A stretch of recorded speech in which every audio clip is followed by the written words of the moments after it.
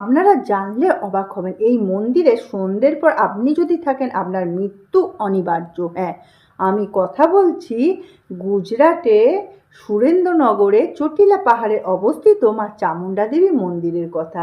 এইখানে নাকি স্বয়ং কালভৈরব মাকে রক্ষা করে। এখানকার পুরোহিত সন্ধ্যের পর সন্ধ্যে আরতি দেওয়ার পর দরজায় তালা বন্ধ করে দেয়, যাতে এখানে কেউ না থাকতে পারে। এইখানে গ্রামে এক ভক্ত ছিল, যেই ভক্তকে মা নিজে স্বপ্নে দেখা দিয়ে বলেছিল ওই চটিলা পাহাড়ের উপরে তার মূর্তি নাকি পোতা আছে। কথা মতন সেই ভক্ত চলে যায় ওই পাহাড়ে এবং গিয়ে দেখে ওইখানে মায়ের মূর্তি রয়েছে এবং সেইখানে ওই মূর্তি বার করে এখানে মন্দির তৈরি করে। কিন্তু এই মন্দিরে সন্ধ্যের পর কেউ যায় না, কেন স্বয়ং কালভৈরব মাকে রক্ষা করে।